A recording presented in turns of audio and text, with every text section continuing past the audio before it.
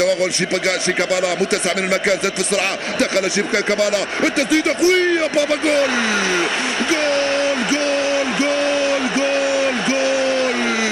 يا سلام عليك، شيكابالا يفتح مجال التسجيل عند الدقيقه الرابعه. اين هو دفاع الوداد؟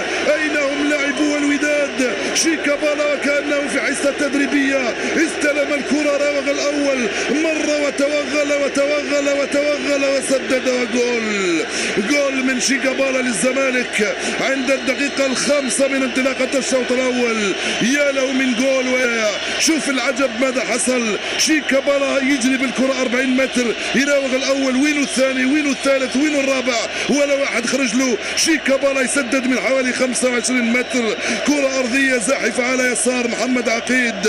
هدف اول للزمالك، هدف عجيب وغريب في نصف نهائي دوري ابطال افريقيا، انه تكون عندك مساحات بهذا الشكل، تنفرد على 30 سنه في عمره. قلت لكم شيكابالا ليس هو شيكابالا زمان، ومع ذلك الخبره والتجربه صنعت الفارق، والصنعه والمهنه صنعت الفارق.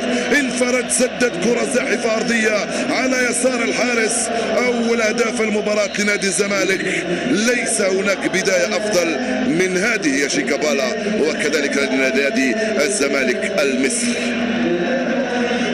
هدف هكذا مبكر يكون له تأثير إيجابي على عناصر نادي الزمالك، وتأثير سلبي بالمقابل على عناصر نادي الوداد.